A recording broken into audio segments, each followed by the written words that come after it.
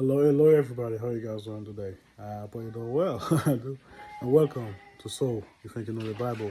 Answer 60. So for answer 60, right? I make the video that question.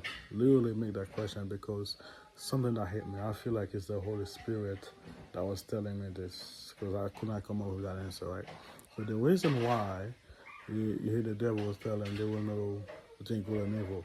It's not because the tree itself uh, teach them good and evil.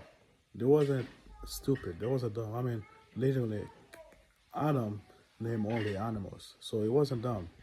And it's not like they didn't know what good and evil was. God Himself told them you can eat from all the trees except for that one. God defined what good and evil is, right? But they wanted to define what good and evil is themselves. They want to experience what it meant to be good. What does it mean evil? What evil really mean? For example, I got my daughter, right? When I told her something, she said, I told her not to do something. She said, why? Why not?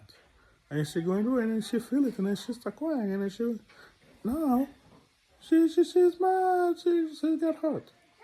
And I always told her not to do it. Okay? It's the same thing. Now she knows it's evil. Now she know not to do it. Even though I already told her. The same thing. God already told them not to eat from that tree.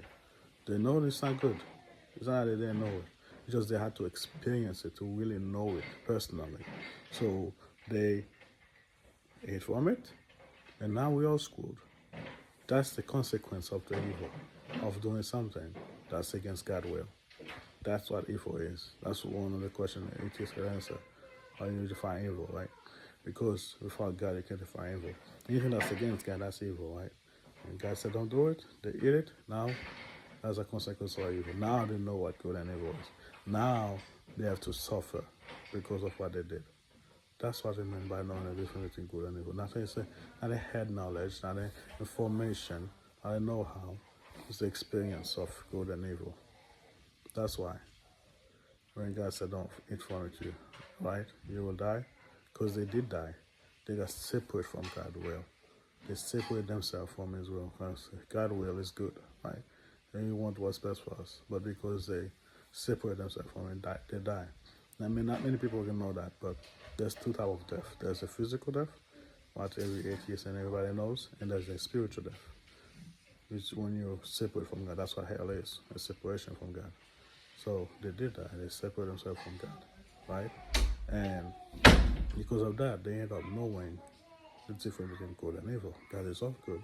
Since you separate from God, now you're dealing with the evil. All right? I hope that helped. It's just something that the Holy Spirit hit me with, and I'm like, that is not from me. That does not come from me. That's come from God. And I had to share it. So I put the question in there. All right? Thank you. Bye.